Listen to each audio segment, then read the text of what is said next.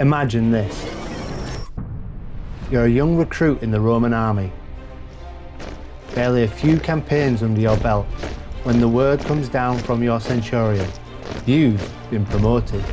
Optio, second in command of a century. A huge step, a dangerous one. And with that promotion comes a transfer, not just anywhere, but to Legio IX Hispana, the 9th Legion. The unit whispered about in taverns and training camps, known for brutal discipline and victories so decisive they were sung like war stories. They crushed rebellions in Hispania, they pacified Gaul, they marched through fire, mud and madness, and always came out the other side. And now you're one of them. You're told that in 24 hours you leave for the edge of the known world, a land colder, wilder and more untamed than anything Rome has ever claimed. When conquest is the mission, battles are expected, and glory, if the gods favour you, plentiful. But here's the part history can't explain. We know you arrived, and then nothing. Welcome to Legio IX Hispana, the missing 9th Legion.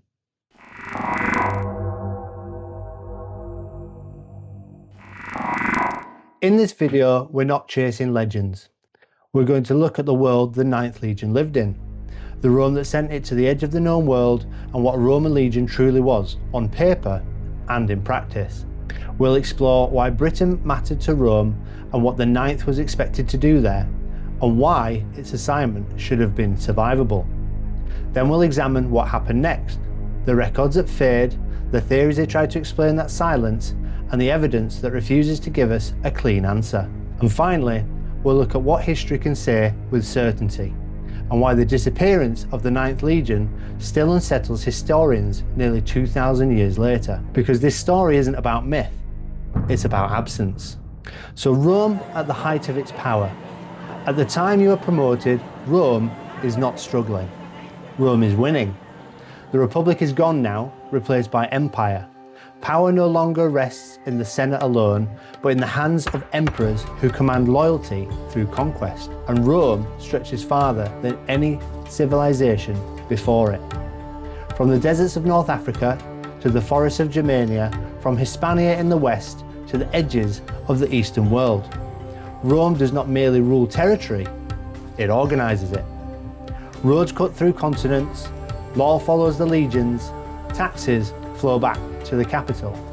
This is an empire that believes itself eternal, and you believe it too. You've seen Rome at work, you've marched beneath banners that have never known defeat, you've watched cities surrender at the sight of Roman standards alone. Promotion doesn't feel dangerous, it feels inevitable. As Optio, you are no longer just following orders, you enforce them, you keep men in line, you ensure discipline holds when fear creeps in. Rome trusts you now, and Rome does not place its trust lightly. There are more than 24 legions active across the empire at this time, each numbered, each tracked, each recorded in meticulous detail. Rome knows where every legion is meant to be. It knows who commands them, and it knows what they are capable of. Legio IX Hispana is not new, it's not untested, and it's not expendable. This is veteran steel, and when Rome assigns it a task, it's not because Rome is desperate, it is because Rome's confident. Confident enough to send you to the edge of the known world. So what we need to think about is what a legion really is. A Roman legion is not a mob of soldiers, it's a machine. At full strength, a legion numbers around 5,000 men, not counting engineers, medics, scouts, and those who follow behind. Each man knows his place, each place has a name, and each name is written down. At the top stands the legate, beneath him, tribunes, then centurions. These are veterans hardened by decades of war, men like you. As Optio, you stand just behind the centurion. You carry the vine staff, you keep formation when panic spreads, and you step forward when your centurion falls. Your job is simple. You make sure the line does not break. Legions are divided into cohorts, cohorts into centuries, and centuries into contubernia, 8 men who live, eat, and fight together. No one is anonymous, and no unit is ever unaccounted for. Lose a battle, Rome records it. Lose an eagle, Rome hunts it down. Lose a legion, now that is unthinkable. Because legions don't just vanish, unless something stops them. And for the ninth, the record does not end in defeat. It simply ends.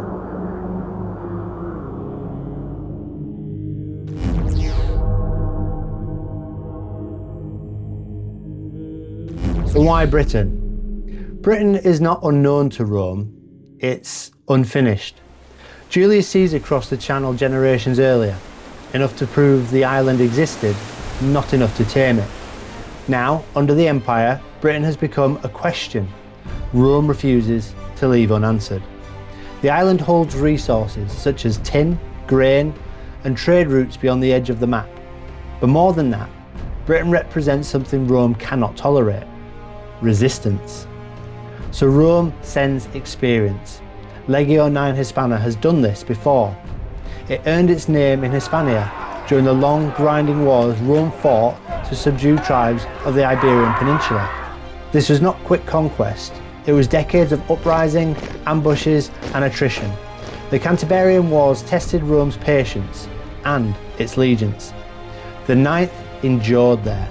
Campaign after campaign, it helped break resistance in terrain that favoured the enemy: mountains, forests, narrow passes.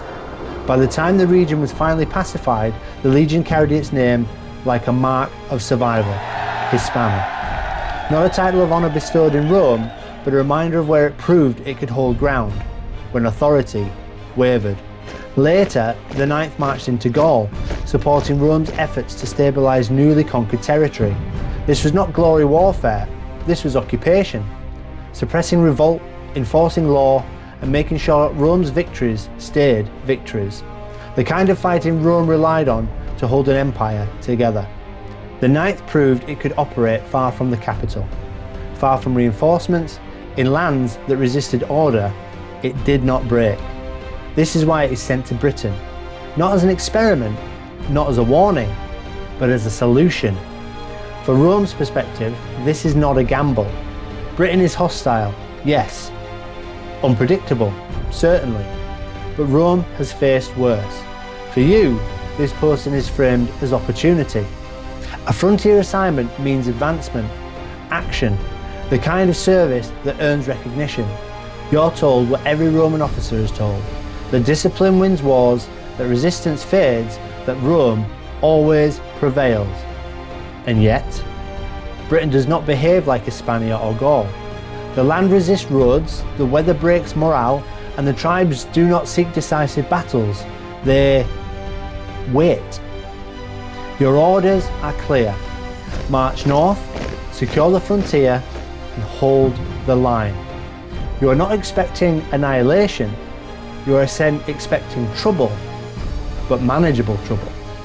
Because Rome does not send legions to die, it sends them to impose its will and to guarantee the empire's certainty. History tells us one thing for sure, however: you arrived.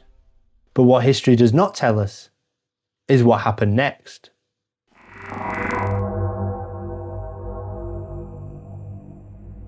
So, what happened to the Ninth? Well, there is a reason historians believe the Ninth may have marched north. Its last confirmed base is Eboracum, modern-day York, a northern military hub, a staging point. Rome did not station legions there just to sit idle.